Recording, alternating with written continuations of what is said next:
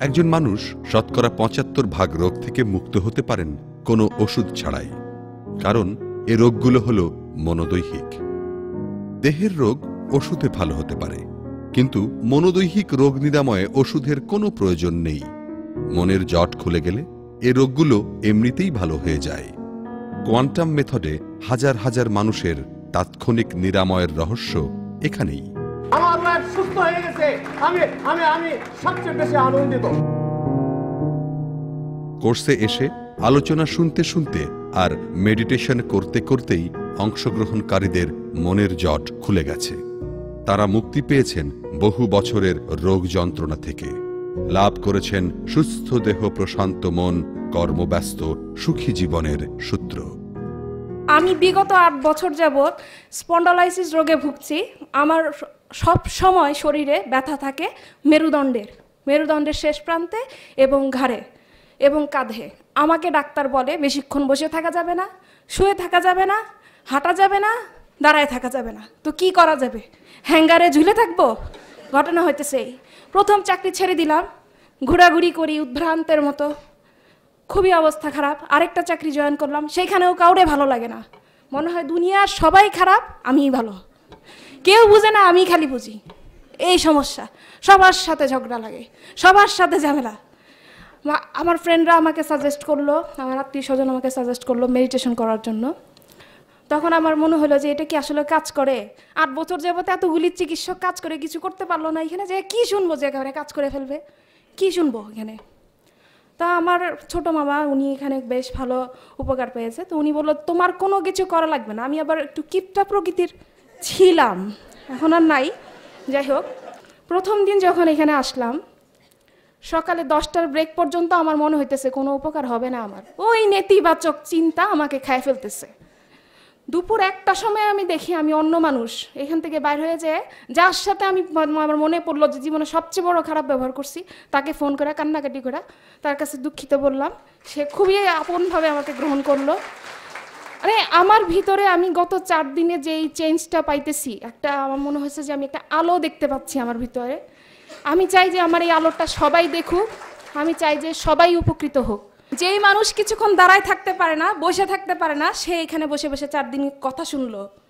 যেই মানুষ ঠিক মতো হাঁটতে পারে না, সেই মানুষ আজকে সকালবেলা 3টা লাফ দিল, ঠিক আছে? যেই মানুষ প্রতিদিন ঘুম থেকে ওঠার সময় ঘুমের চেতনা ভাঙার আগেই বুঝে যে আমার কোমর ব্যথা করতেছে, সেই মানুষের কোমর ব্যথা নাই। আজব ঘটনা। প্রত্যেকটি রোগেরই আছে নিরাময়। এমন কোনো রোগ আল্লাহ দেননি যার নিরাময় তিনি পাঠাননি। 2 যুগ আগে এ বিশ্বাস নিয়েই কোয়ান্টাম শুরু করেছিল, আর উদাহরণ সৃষ্টি হতেও সময় লাগেনি। প্রথম ব্যাচ থেকেই একের পর এক সাফল্য। দীর্ঘ অনিদ্রা দূর হয়ে গেল রাতে বিছানায় যেতে যেতেই। মাইগ্রেশন নিয়ে চলে গেল ক্লাসরুম থেকেই। অ্যাজমা, শ্বাসকষ্ট দূর হলো, ব্যাক পেইন ভালো হলো। বহু বছর পর আবার শুরু করলেন রুকু সেজদা দিয়ে নামাজ। 1983 সাল থেকে 2015 সালের 20 মার্চ পর্যন্ত আমি 2টা 3টা কোনো দিন 4টা ঘুমের ওষুধ ছাড়া ঘুমাইনি, কোনো দিনই না। এবং আমার বাসার সবাই অ্যালার্ট থাকতো, খাবার থাক না থাক ঘুমের ওষুধ থাকতে হবে, কারণ আমি যখন কাজ শেষ করে বিছানায় যাব যেন আমি ঘুমাতে পারি। গত 2 দিন যাবৎ উইদাউট স্লিপিং পিল আমি ঘুমাচ্ছি। আমি ঘড়ির অ্যালার্ম ছাড়া কখনোই উঠতে পারি না, আমি উইদাউট এনি অ্যালার্ম আমি উঠছি। আমি একজন migraine patient, near about 15 years বা বেশি হতে পারে। খারাপ অবস্থা কতটা ছিল এটা আসলে ঠিক বুঝাইতে পারবো কিনা জানি না। আমার বিয়ের পরে আমার ওয়াইফ যখন প্রথম দেখছে যেদিন মাইগ্রেনের পেইন উঠছে, সে কাঁদতেছিল, কারণ আমি আমার মাথা ফ্লোরের সাথে বাড়ি দিতাম যখন পেইন উঠতো। আমার আর কিছু দুনিয়ায় মনে হইতো যে একটা জিনিসই আছে, সেটা হলো মাইগ্রেন, এছাড়া আর কিছু নয়। গামছা দিয়ে টাইট করে আমার মাথা বেঁধে রাখা হতো, আমি নিজে বেঁধে রাখতাম এবং ঠান্ডা তেল দিয়ে রাখতাম যাতে পেইনটা একটু একটু করে কমে। দেন একটা ফ্রেশ ঘুম দিতে বললে তারপর ইয়ে হতো। ট্রিটমেন্ট অনেক করিয়েছি, 2008 থেকে ইন্ডিয়ায় দেখাচ্ছি, ওষুধ দিচ্ছে, খাচ্ছি। বাট প্রথম দিন গুরুজির কাছে যে ইন্সপিরেশন পাইলাম, আমি ওষুধ ছেড়ে দিছি এবং এরপরে আমার কোনো পেইন হয় নাই। 2-1 বার এখানে বসার সময় মনে হচ্ছে পেইন আসবে, আমি বলেছি যা যা, আমি পেইন চাই না, আমার পেইন নাই। আমি 98 সাল থেকে ব্রঙ্কো অ্যাজমায় ভুগছিলাম। অ্যাজমা যার আছে সে জানে যে অ্যাজমার কষ্ট কী। প্রচণ্ড কষ্ট হতো এবং শ্বাস নিতে তো প্রচণ্ড কষ্ট ছিলই। আমি ইনহেলার ইউজ করতাম, স্টেরয়েড খেতাম এবং মাঝে মধ্যে আমাকে নেবুলাইজ করতে হতো। এছাড়া অ্যাজমা থাকলে যা হয় যে শরীরের শক্তি অনেক কমে যায়, কাজ করার শক্তি কমে যায়, কাজ করা যায় না, অল্পতে হাঁপিয়ে যাওয়া, সিঁড়ি দিয়ে উঠানামা না করতে পারা, সব কিছুই ছিল। নিজেকে মনে হতো যে আস্তে আস্তে মনে হয় আমি অথর্ব হয়ে যাচ্ছি। এই 4 দিনে আমি এসির মধ্যে বসে আছি, এখানে ঠান্ডা পানিতে অজু করছি, আমি ইনহেলার তো নিচ্ছিই না, কোনো ওষুধও খেতে হয়নি, একদম আল্লাহর মতো সুস্থ আছি। আমি অনেক বছর যাবৎ আমেরিকার মিশিগানে চিকিৎসক হিসাবে কর্মরত আছি। আমার 18 বছর যাবৎ একটা প্রবলেম আছে, লাম্বার স্পাইনাল স্টেনোসিস। তাতে আমার ব্যাকে ভীষণ পেইন হয়। তো আমি গত 10 বছর যাবৎ ওই পেইন মেডিসিন খাইতে হচ্ছে আমার। তো প্রতিদিন আমার 4টা করে ট্যাবলেট খাইতে হয়। আজকে 4th ডে, 10 বছরের ভিতর এই প্রথম গত 4 দিন যাবৎ আমি ওষুধ খাই না এবং আমি পেইন ফ্রি, আমার কোনো পেইন লাগছে না। তো এই গত 10 বছরের ভিতর just last 4 days I am without medicine. আমি একটা বিয়ের অনুষ্ঠানে যে পায়ে ব্যথা পেয়ে আজকে 3 বছর ধরে দাঁড়ায় নামাজ পড়তে পারি না। ভীষণ মনে কষ্ট যে সবাই দাঁড়ায় নামাজ পড়ে, আমি দাঁড়ায় নামাজ পড়তে পারি না। কিন্তু আজকে দোতলা নামাজ পড়তে যে চেয়ার খুঁজতে দেখি চেয়ার নেই, দেখি সময় চলে যাচ্ছে। তখন আল্লাহর নাম করে বিশ্বাস মনে নিয়ে অটো সাজেশন দিয়ে গুরুজির কথা মনে করে সেজদায় চলে গেলাম। আল্লাহর কি অশেষ রহমত যা আমি পুরা জোহরের নামাজ দাঁড়িয়ে সেজদা রুকু সেজদা দিয়ে নামাজ পড়তে পারলাম।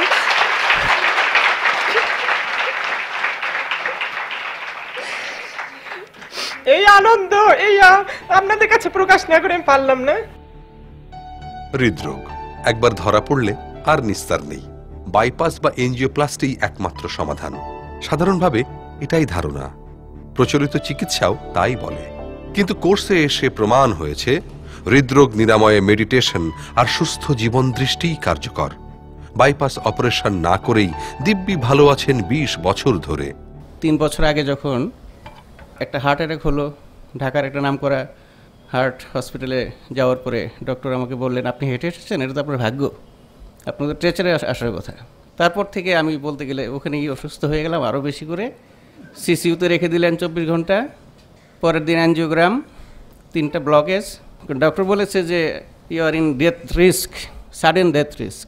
বাংলাদেশে আরও 3টা হসপিটাল দেখালাম, ভারতে গেলাম বাঙ্গালোর, ডক্টর ডেভিড সিটি। তো ওখানে একটা কথা আমাকে বলেছেন যে change your lifestyle and take some medications. আমি ধূমপান ছেড়ে দিয়েছি, 20 বছরের যে এক্সপিরিয়েন্স ছিল সেটা ছেড়ে দিয়েছি, প্লাস এই সুষ্ঠু খাদ্যাভ্যাস এবং সর্বোপরি খুব নিষ্ঠার সাথে মেডিটেশন, এটার কোনো বিকল্প নাই। এটা আমাকে যে কী পরিমাণ জীবন দিয়েছে আমি আল্লাহর কাছে কৃতজ্ঞতা জানাই। অ্যাকচুয়ালি এটার কোনো শেষ নাই, এটা বলে শেষ করা যাবে না মেডিটেশনের ফলাফল। সত্যি আমার নবজীবন প্রাপ্তি। ডাক্তার বলেছিলেন ভালো হবে না, এমন বিভিন্ন রোগ নিয়ে কোয়ান্টামে এসেছিলেন অনেকেই। 2 দশকে কত বিচিত্র ক্রনিক ব্যাধি যে ভালো হয়েছে তার কোনো ইয়ত্তা নেই। আজ থেকে বিগত 3 বছর আগে হঠাৎ করে আমার মুখের এই ডান সাইডটাতে প্রচণ্ড পেন অনুভব করি এবং সেই পেনটা এত দুঃসহ, মানে আমি কোনোদিন ভুলতে পারবো না। মনে হয় কেউ হয়তো খুর দিয়ে কাটছে প্রতিনিয়ত, এবং এই মনে হতো যে কান টান দিয়ে এই ভেনগুলো ফেটে রক্ত পড়ছে, এত দুঃসহ বেদনা ছিল সেটা। কিছু ডাক্তারের সাথে কথা বললাম, যার কাছে যাই সে আমাকে মানে হতাশ করে দেয়, বলে যে আপনার আর কোনো দিনও মানে চিকিৎসা আর নাই, চিকিৎসা বিজ্ঞানের পৃথিবীর কোনো দেশে আপনার আর কোনো চিকিৎসা নেই, আপনারা মানে যতদিন আপনি বাঁচেন এই অসহ্য যন্ত্র নিয়ে বাঁচতে হবে। তা এমন ছিল আমি কোনো কথা বলতে পারতাম না, বেশিরভাগ সময় ঠোঁটটা এখানে থাকতো বিকৃত অবস্থায় এবং গাল এরকম ফুলে থাকতো, প্রচণ্ড পেন। আমি হাহাকার করতাম, আমার সামনে এত খাবার তো দূরে থাক, এক গ্লাস পানি আমি খেতে পারতাম না। কোনো রকম মেসটা দিলে এক গ্লাস পানি খেতে আমার সারা দিন চলে যেত। রোজার মাস গেছে, সেহরি রেখে আমি পাশে বসে আছি, আমি রোজা রাখতে পারি নাই।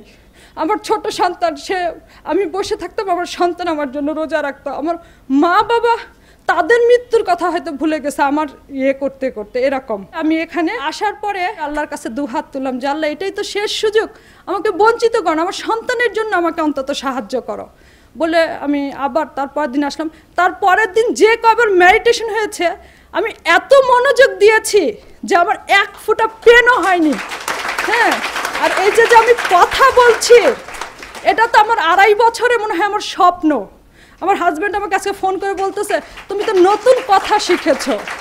আমি কোনোদিন কল্পনা করে কোথায় আমার পেন চলে গেছে, এত অসহ্য যন্ত্রণা ছিল, আমি স্বপ্নেও চিন্তা করতে পারবো না।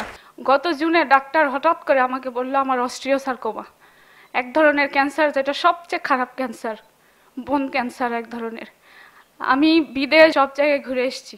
গত জুন 8 মাসের মধ্যে ডাক্তার আমাকে রিলিজ করে দিল, আপনি রিজেক্টেড, আর 2.5 দিন বা 3 দিন বাঁচবেন। আমার লাং পর্যন্ত সেই টিউমার চলে গেছিল। তারপর আমি চিরকৃতজ্ঞ জানাই যিনি আমাকে এখানে আসার জন্য এবং আমার আত্মবিশ্বাস বাড়ানোর জন্য, যিনি বলেছেন যে আপনি বলবেন আমি বাঁচবো এবং সারাক্ষণ শুয়ে শুয়ে বলবেন সুস্থ দেহ, প্রশান্ত মন, কর্মব্যস্ত, সুখী জীবন। আমি রাজশাহী চলে গেছি। রাজশাহী যাওয়ার পর আমি সত্যি এটা সারাক্ষণ বলতাম। আমার যখন শ্বাসকষ্ট শুরু হতো, আমার শরীরে নানান সাইড দিয়ে ব্লিডিং হতো, তো তখন আমি সারাক্ষণই বলতাম সুস্থ দেহ, প্রশান্ত মন, কর্মব্যস্ত, সুখী জীবন। আমার এক ধরনের খিঁচুনি হতো, খিঁচুনি যখনই শুরু হতো সারাক্ষণ বলতাম, তো খিঁচুনি আসতে ঠিক হয়ে যেত।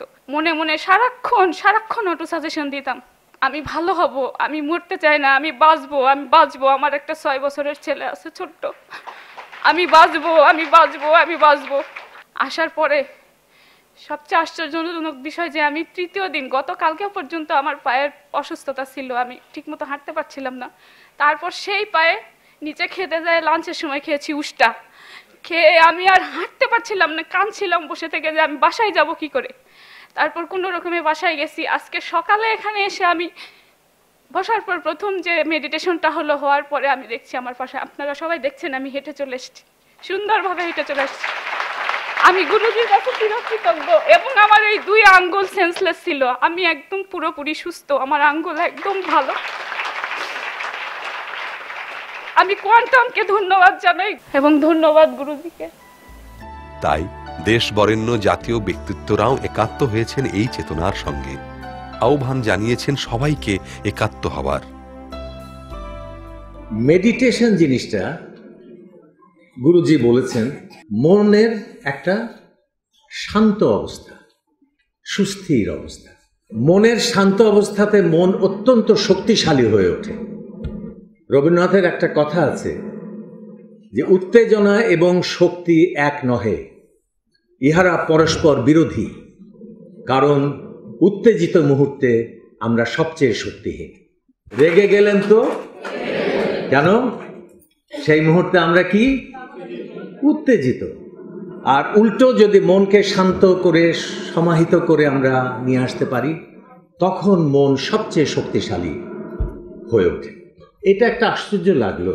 আমার স্ত্রী এখানে এসেছেন বছর 10 আগে এবং তার খুব ব্যথা ছিল কোমরে।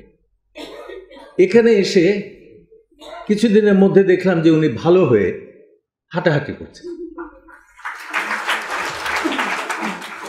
আমি তখনও ব্যাপারটাকে করিনি, দেখলাম যে তার কাছে কিছু ক্যাসেট এবং সেই ক্যাসেটগুলো দিয়ে আমিও মেডিটেশন করার চেষ্টা করেছি। কিন্তু মাঝখানে 2 বছর আমার একটা অসুখ রিপিট করলো এবং আমাকে একদম ভেঙে হয়ে গেল। তারপরও আমি আসার কথা বলি, কিন্তু কোথায় যেন একটু তাল কেটে যায় না। মাঝে মাঝে বিশ্বাস হতে চায় না যে এটা কি হবে, আমি কি পারবো, আমার দ্বারা কি সম্ভব। মনে হয় আমি একটু ভেঙে গেছি, আমি জিনিসটা বুঝতে পারিনি। তো পরে দেখলাম যে আমার মধ্যে সেই নৈরাশ্যটা এসছে। কেন?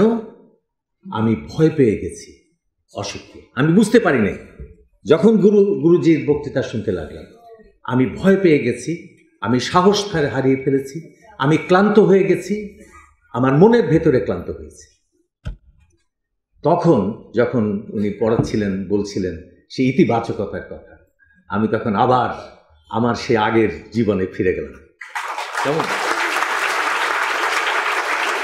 আমার মনে হলো যে আর কোনো নেতিবাচক কথা নয়, আর কোনো মিনমিন আর কিনকিন করা নয়। হ্যাঁ, নেতিবাচক কথা মনের মধ্যে আসলেই বলতে হবে চুপ। কেমন? এবং তারপরে দেখলাম যে আমি সেই মানে আমার একদিনের মধ্যে, আমার প্রথম দিন এটা হয়েছে, একদিনের মধ্যে আমি আমার চেঞ্জ টের পেলাম। তো এই যে আমার উপকারটা হলো, এই উপকার আপনাদের সবার হয়েছে। আমি আশা করব সারা জাতির এই উপকার হোক। তো গুরুজির এই উজ্জীবন আমার মধ্যে ঘটালেন যে আমি কিছুটা ঝিমিয়ে গিয়েছিলাম, ভেঙে গিয়েছিলাম, সেখান থেকে যে আমি আবার উঠে দাঁড়ালাম, তার জন্য আমার ব্যক্তিগত কৃতজ্ঞতা আপনার কাছে থাকবে। জীবন বদলের এই অভিযাত্রায় আপনিও আসুন, বদলে যান এবার আপনিও।